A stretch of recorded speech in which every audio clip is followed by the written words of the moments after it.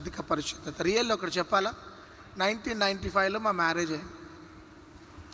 1995 నుంచి ఇప్పటిదాకా కూడా ఏ రోజు మా ఇద్దరి మధ్యలో ఏ చికాకు లేదు. మేమిద్దరం ఎట్లుంటామంటే మంచి ఫ్రెండ్స్ లాగా ఉంటాం. అసలు చిన్న చికాకు కూడా లేదు. భూతద్దం పెట్టి వెతికినా కూడా దొరకవు, అంత జాయ్గా ఉంటాం మేము. ఎప్పుడు సంతోషం ప్రభువులో. ఇద్దరం ఒక ఫ్రెండ్స్. ఎందుకు అట్లా ఉంటుంది తెలిసి చెప్పండి. మీలో ఎవరైనా చిన్న క్లూ చెప్పండి. ఎందుకు? ఇద్దరం దేవునితో ఉంటాం కాబట్టి అంతే. ఒకరికన్నా ఒకరు యేసయ్యని ఎక్కువ ప్రేమిస్తాం. యేసయ్య మమ్మీ కంటే ఎక్కువగా నేను యేసయ్యని ప్రేమిస్తా.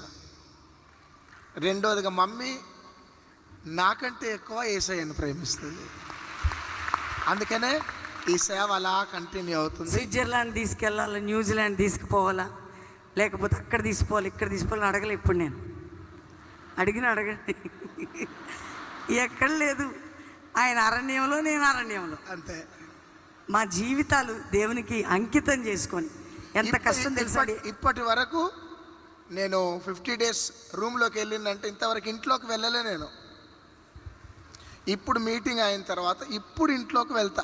అంత కిరాణా మార్కెట్ లెక్కుంది మా ఇల్లు. కాబట్టి రేపు October 23rd మమ్మీ బర్త్డే. ఎంతమంది ప్రార్థన చేస్తారు? మీ ప్రేయర్లో జ్ఞాపకం చేసుకోండి. ఒక 2 minutes మమ్మీ గురించి ఆ రోజు